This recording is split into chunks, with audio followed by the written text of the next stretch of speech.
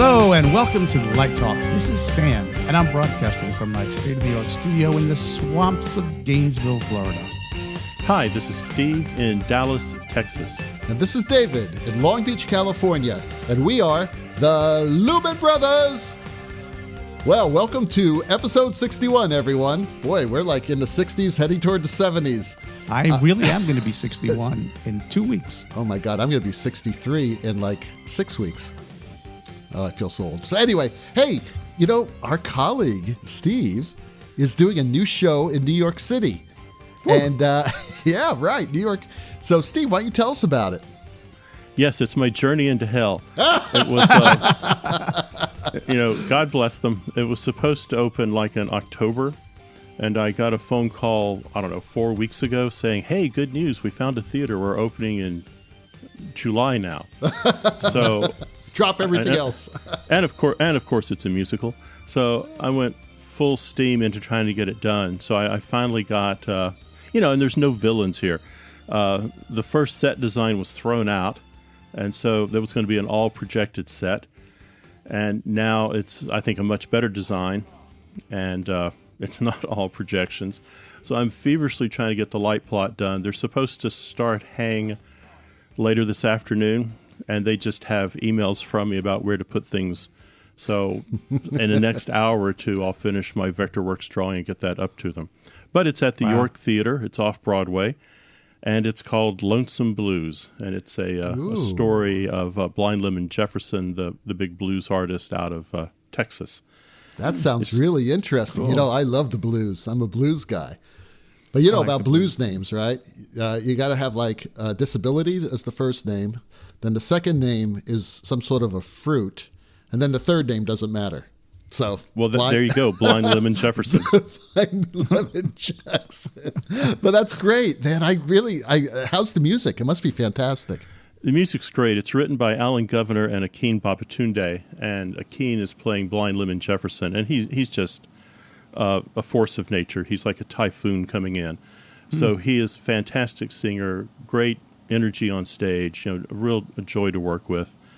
So that's going to be great. So when's opening night? Opening night is the 10th, maybe. I fly out. Well, I think the 10th is previews. I fly to New York on Saturday, pick up with New York rehearsals on Sunday. My focus and cueing is on Monday, and we start tech on Tuesday. And then I will be there for about 5 days getting it done. I have my good and trusted assistant, Lois Catanzaro, working with me, so the band is back together. I'll fly out a couple days before the show opens, and she'll take it over. Hey, maybe the Lumen Brothers should show up for opening night. Well, I won't be there, but you can be. We'll take your curtain call. I'm leaving after the first preview.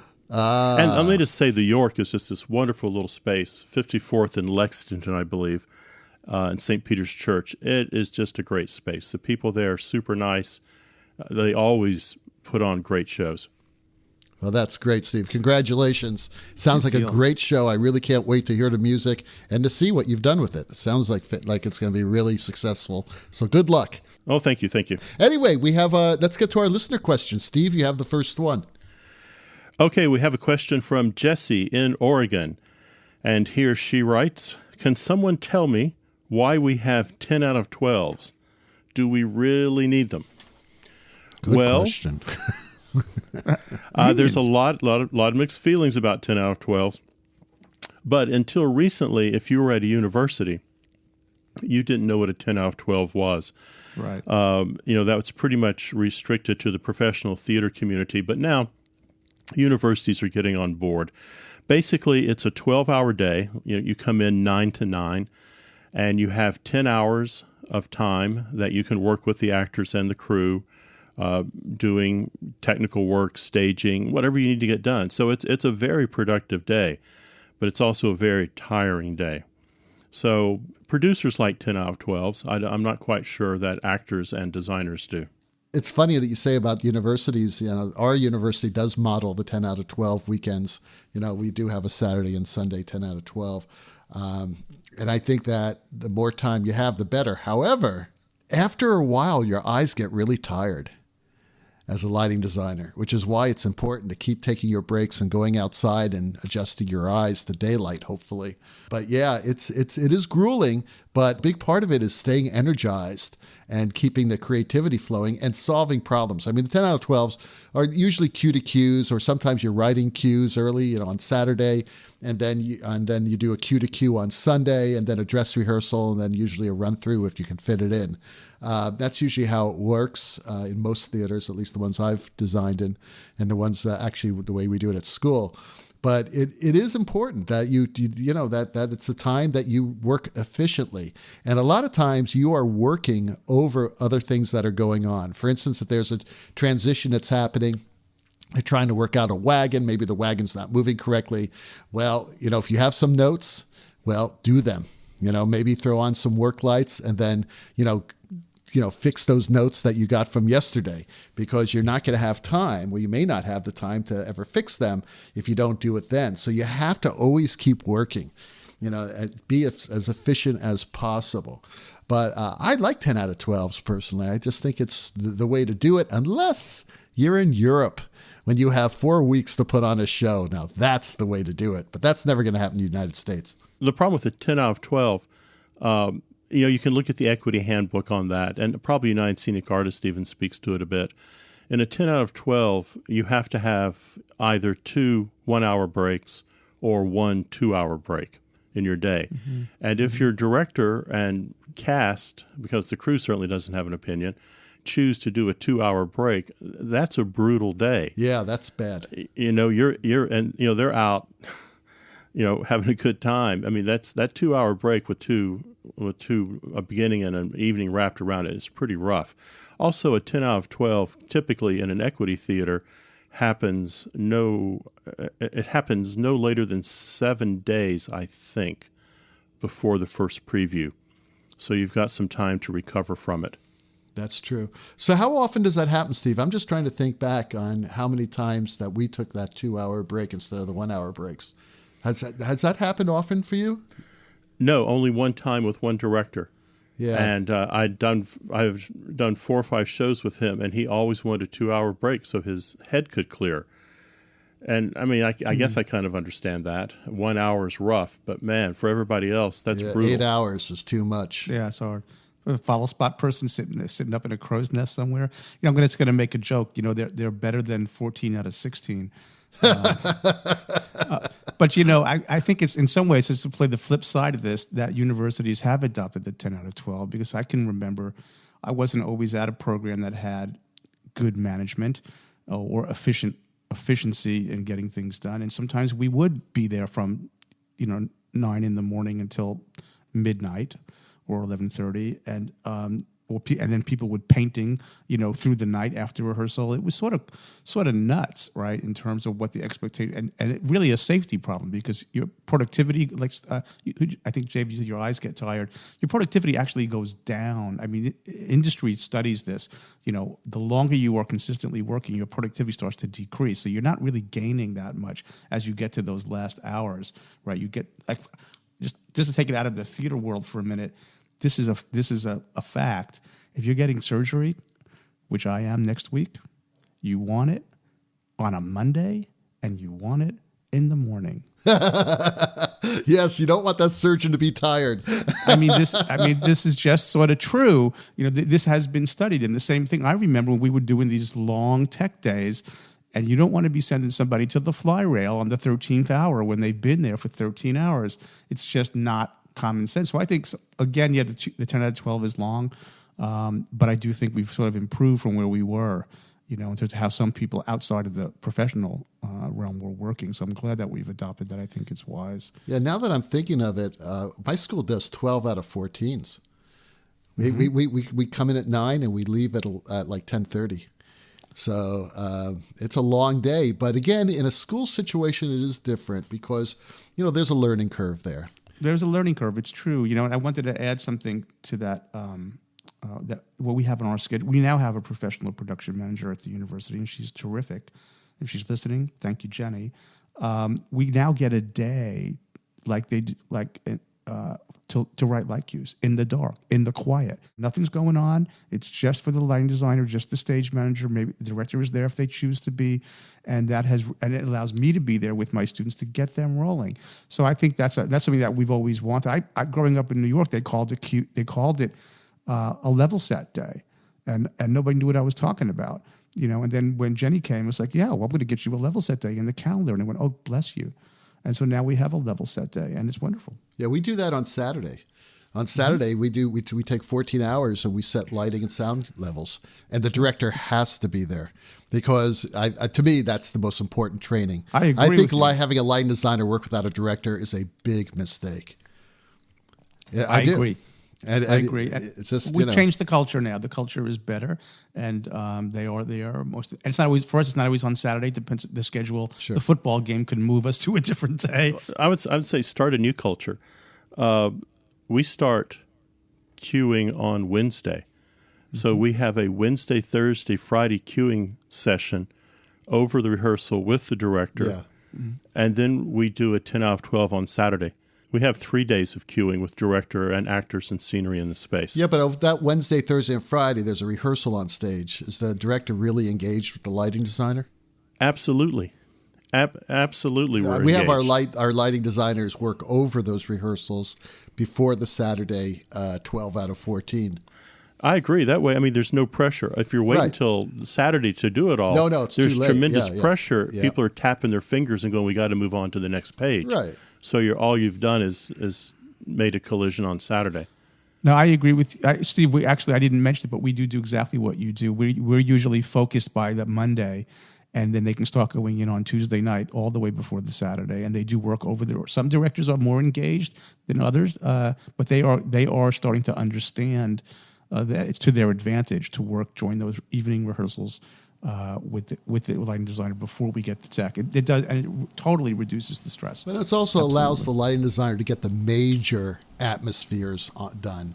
You're never going to have, one thing I always tell my students is go ahead and focus on just the major atmospheres. Don't do any transitions. Keep light on stage at all times because it's dangerous not to. And also distract the director. And the director is usually focused on the rehearsals because let's face it, especially in a college situation, that show's probably not in very good shape at that point. You may have actors still learning their lines. So the director is really engaged and focused on the actors. And even, I must say, even in the profession, when I work with directors now, they don't want to be futzing around with lights during light over. If there's something I want them to look at, I'll say, hey, Ken, can you look at this? What do you think about this? If they're not focused on something else or if they have a second. But no, I never, ever do any sort of transition work during that time. But at least you have those looks and that you can come back to them on Saturday and then start building from them. I think that's really a good thing. And it sort of reflects the profession. It does happen that way in the profession. Our next question comes from Tess in West Virginia. And Tess asks, I think theater design as a unique career is dead. What training do I really need to survive as an LD? All right. Now, I know this is controversial amongst the three of us. I don't think theater design as a unique career is dead.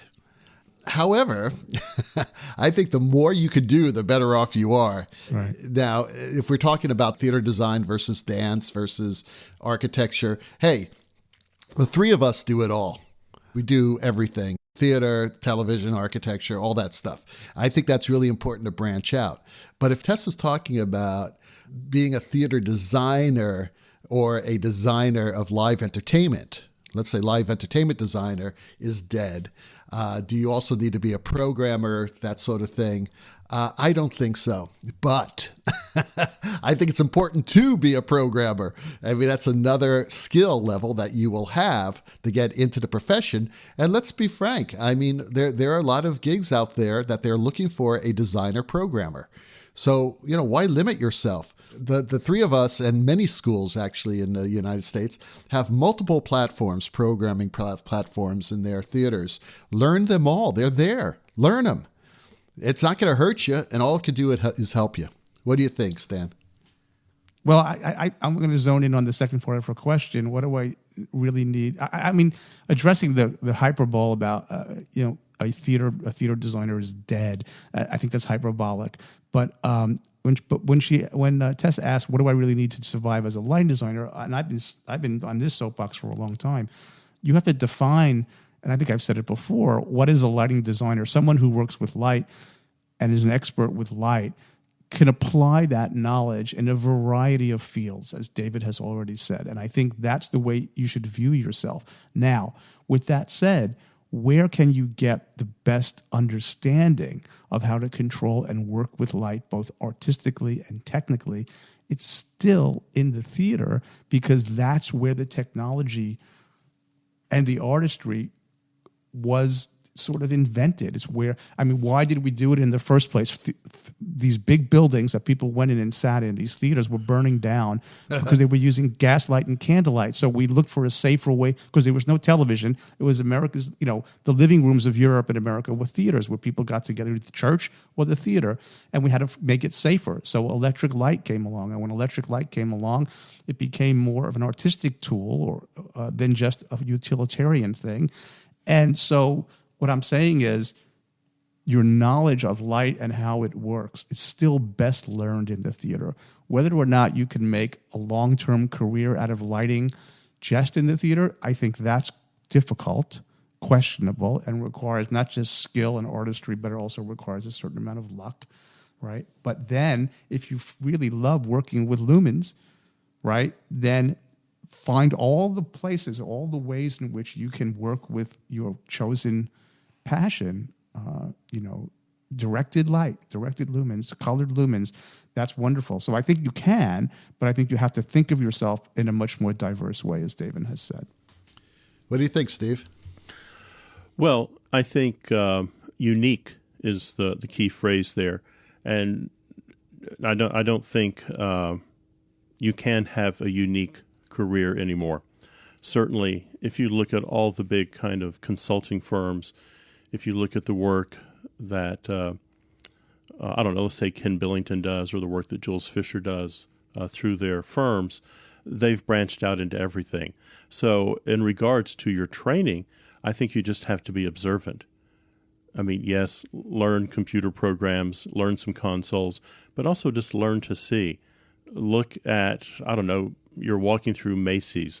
Look at how that store is lit versus the salon you go into, versus the gaming room you go to, or the sports bar you go to.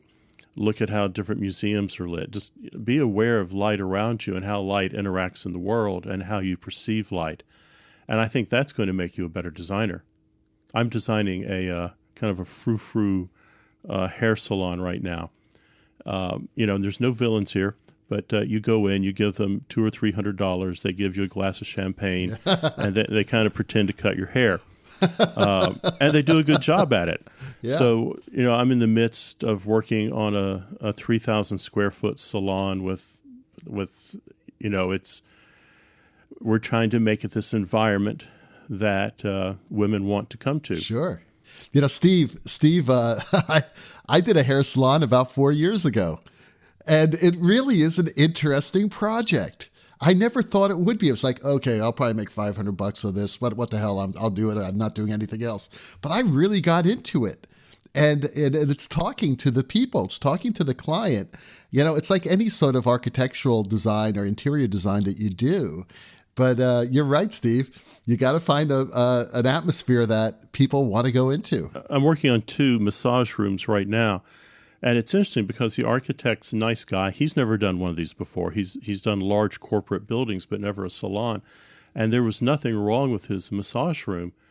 And we were sitting there talking, and there was something missing. And I said, what's missing is this is not a massage room for women. This is a massage room for the boys. So maybe let's start by introducing candlelight into the massage room. Now we're finding electronic ways to do that. Right. But still, who is your client? I think that's, we talked about aesthetics in the last episode. I think it's who is your client? What is the world they want to exist in? How do they come into that world? Probably tired and exhausted and cranky, like all of us do at the end of the day of work. And we want them to leave comfortable and relaxed, and this was a great experience. And yes, it was worth the whatever amount of money it was, $50 or $300. I got my money's worth, and I had a great experience for 2 or 3 hours. A little weird side thing here. I found out that the best barber type salon furniture comes out of Italy. Of course. So we're shipping everything in. We're shipping everything in from Italy for this salon. I went to an old-fashioned Italian barber in Napoli, and he had one of those old barber chairs, and it was the most comfortable chair I've ever been in. I want to say something about a word that keyed in that Steve said, and the salon work that he's doing. People are now looking for an experience, right? In whatever they do, and light makes a difference in terms of what your experience is and how you perceive it. So I think that's really key. We just got in little old podunk Gainesville. We got a Whole Foods the other day opened, and so I went to Whole Foods, of course, to check it out and have some dinner. And the lighting is good in Whole Foods. It's not like a bunch of fluorescent tubes. It's thoughtful. It doesn't look like Walmart? No, it's better than Walmart. It's not uniform lighting, right? It's not. It's designed. It's not just it's not. Walmart is general illumination. Whole Foods has got layers of light. It's got different feelings and different atmospheres, a different experience from one location to another, and so on and so forth. So I think back to her question, to survive as a lighting designer, you need to think of yourself as someone who works with light, with whatever electric light and daylight. And the one thing that we don't teach very well, I think, in our worlds, is how to work with daylight. Architects certainly do. And thinking about window penetrations, how daylight interacts with electric light, how all of that, how a building is sited, right, and where you place the windows and how that works with heat load and so on. There's a lot of stuff to be a lighting designer. Just get yourself, I would say to Tess, just get yourself a copy of the new IES Handbook, which is about 9 inches thick, and see how much we don't know, and all the different recommendations for different applications of light across our world. So, Tess, one more advice. Throw that 9-inch manual away. Yes. What I did was I came up with my ideas, and I know I'm not an electrical engineer, and I know I'm not an architect. So I came up with all of my ideas, things I wanted done, and then I went to several manufacturers' reps and asked, what do you have that will do this job, or what can you make for me that will do this job? So I'm saying a little bit in jest, throw the manual away. Also, what you need to do is to reach out to other people who are more experienced than you in those fields. You don't have to reinvent the wheel. You just have to have an idea and go to people who can help educate you. Yep. Right. Let me just say something about the document. So it's true that in the past that manual that I'm suggesting was pretty not good. It was really too focused on engineering and numbers, and it has really evolved. And the new edition of that book is, I'm not saying you should sit down and read it all. It's a reference book, really, but depending upon what project. I mean, if you're doing retail, it serves you well to read the chapter on retail, but it is much improved than what it used to be. So I tip my hat to IES for doing that. What Steve said is exactly right. Ask people. A lot of you know that my first television job, I told people I knew how to light video and I had no idea, and I took the job, and then I called people, and I did a pretty good job. So do it. So our next question, Stan. Yeah, I got it. LB, letter L, letter B in the UK asks, I don't know how to pronounce LB, so it's LB. It's initials. LB, you got correct. it. You nailed it. I nailed it. So LB in the UK just asks, why do you Yanks give up, or why did you Yanks give up on the PC Spotlight? I didn't. I use them all the time in Europe. I don't know. I really don't know the answer. I like them whenever I've had the opportunity to get my hands on them, and I have not, like David and Steve have done more in Europe than I have. But I would love to have some. I think they're terrific. So it's a good question for the industry. I really don't know the answer. Maybe you guys know. I think it's the ERS Spotlight. Yeah. I think PCs were heavily used in the United States easily into the late 60s. And I think as Altman gained market share with the 360Q. It was simply a much more versatile fixture, and it wasn't that much more expensive than a PC. So, you can. I think Philips has a PC line that they clearly sell in Europe, but also sell in the United States. But the PC, is limited. If I've got a limited number of fixtures in the air, I like having a shutter. I don't want to have to make a shutter out of metal strips for my PC. Yeah, but the one thing about the PC, I mean, unless you're using this Robert Juliot, €8,000 Lico, the zoom on the PCs work really well. You always get, at least the ones I've used, you get this beautiful field of light, almost no matter how small or how wide the beam is.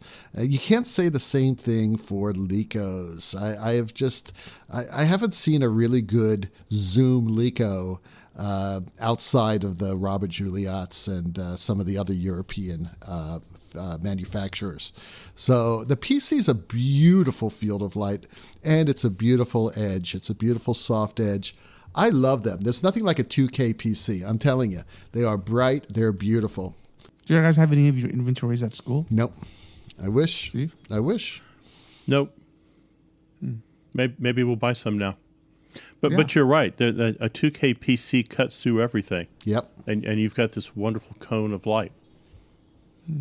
Yeah, they were the only things like when I was doing that My Fair Lady in Italy, I had two systems of lights out in the box booms. I had basically 6 BIs on each side, so on each box boom, and 6 2K PCs. And I used the 2K PCs for all the Higgins study scenes because I wanted this extremely warm sort of, incandescent sort of candlelight type of look. And those lights are bright and they were beautiful. They're terrific lights. So I haven't given up. Well, you are listening to Light Talk with Steve, Stan, and David, the Lumen Brothers. And Light Talk is sponsored by... We have a public service announcement from No More 10 out of 12s. As winter comes to a close and summer is upon us, you may be asking yourself, how did I get mites? One troublesome species is the Club 54 disco mite. Attracted to polyester, high karate aftershave, and the music of KC and the Sunshine Band, Club 54 disco mites plague hundreds of DJs, sound crews, and LDs each year. While the bites are not painful, massive group bites can produce mild skin irritation resembling the Village People. Upon occasion, Club 54 disco mite toxin can trigger spastic dancing, uncontrollable John Travolta finger-pointing, accompanied by frequent pelvic thrusts. Fortunately, Club 54 disco mites are easily detected by their synchronized dancing movement across your body and are easily seen without magnification as their little bodies resemble a mirror ball. If you suspect you're infected, act quickly. Discard your clothing. Bathe in Axe body wash and lay off the White Russians. Club 54 disco mites can easily be purged if exposed to the music of Enya, Johnny Cash, or Metallica. This has been a public service announcement from No More 10 out of 12s. Okay, I got to say something because I played for many years in discos during the 70s, and we always had problems with infestations. I always thought they were something else, but maybe they were the Club 54 disco mites. I just want to check and see if you are being accurate in your work history. Oh, I'm accurate. Did you, at the time, start each set with a White Russian? I started. I didn't start each set. I drank them between the sets. White Russians were the popular drink back then, and it was my favorite drink. Yeah, and sometimes you'd have a Black Russian too. The Black Russians are pretty good as well. Do you know the difference between a White Russian and a Black Russian? What's in them? Because I'm not a boozer. Okay, so what's in a Black Russian is basically Kahlua and vodka. I had one. A White Russian, you add a little bit of cream. So they're delicious. They are absolutely delicious. But yes, they were the drink of the time. And the mirror balls, the John Travolta, and by the way, Enya. Did you know that if you rearrange the letters of Enya, you get Yanni? So anyway. Coincidence? I think not. I think not. I just want to be clear about something, Stan. I have been to recruitment sessions with you. I've been with you to SETC. I've been with you to LDI. How do you exactly define boozer? Well, look in the mirror. More than 2 in one day. 2? More than 2 drinks in a day in my book, would make you a Stan, boozer. did you ever go to a disco during disco? I don't want to get into those stories. I don't remember most of them, to tell you the truth. Well, when I was growing up, there was like a divided nation. Sound familiar? You had the disco guys and you had the rock guys. And the disco guys tried to convince the rock guys to go to the disco because that's where the rock guys tried to convince the disco guys to come over to the rock side. So I was more on the rock side than the disco side, but I had friends who were into the disco side. And so I did a couple of times check out the disco side, but I wasn't comfortable there. I was more comfortable on the rock side. What exactly was your aftershave in the 70s?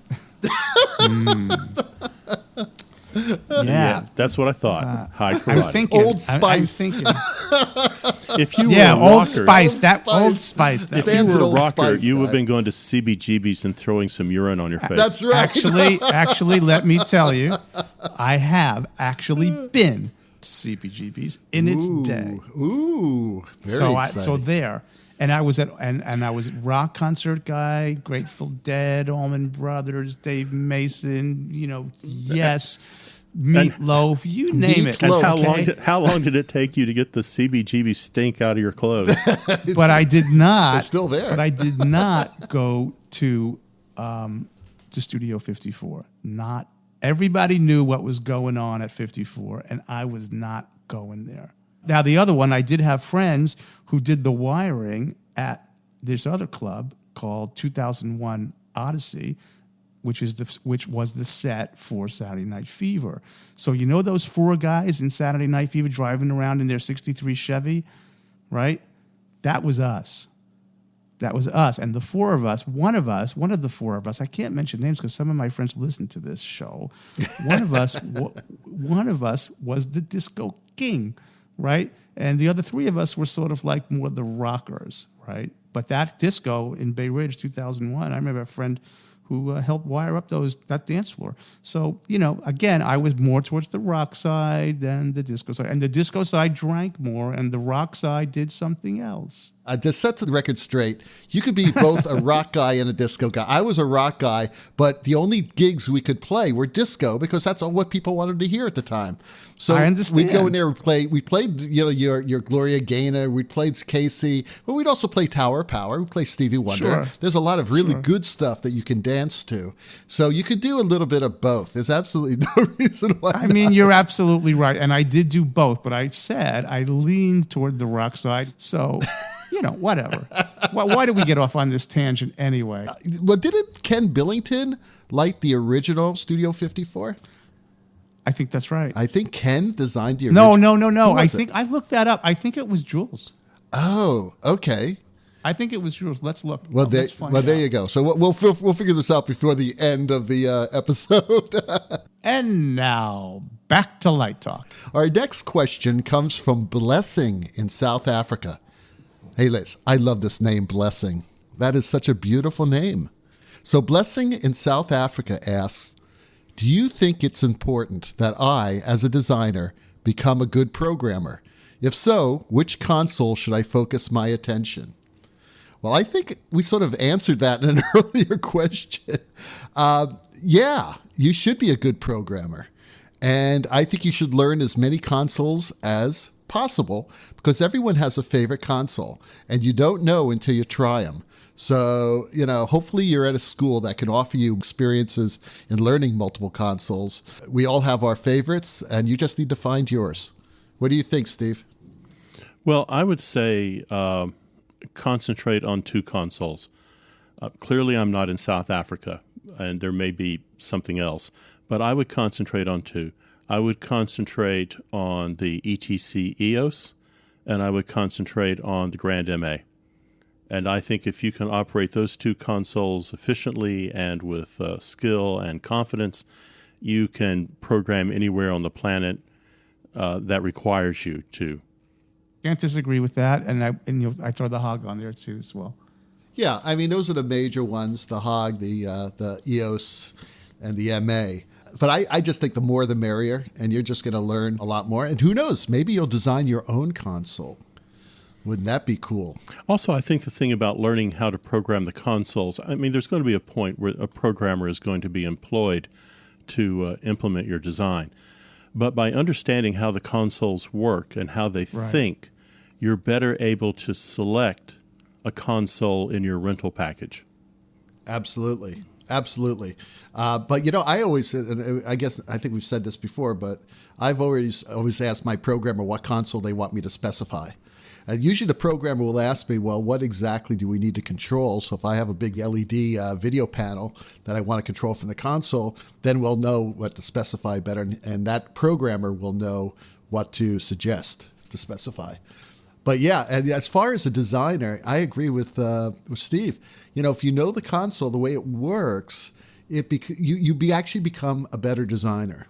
I agree with that too. It's sort of like sometimes learning the console makes me think, oh, I didn't know I could do that. Yeah. So I realize, oh, that's a cool feature. And then sometimes, you know, art or a vision inspires a technology, and somebody creates a technology that can create a vision. And sometimes a vision is inspired by a technology. I think it works both ways. So if you understand the console, and then, oh, that's a neat, I didn't know it could do that. And then you store that away in your head. And then when you're doing a production, you go, you know, but I guess nowadays, I ask you guys, is there anything one console can do that another console can't do? Or they're all capable of everything, just getting there is different?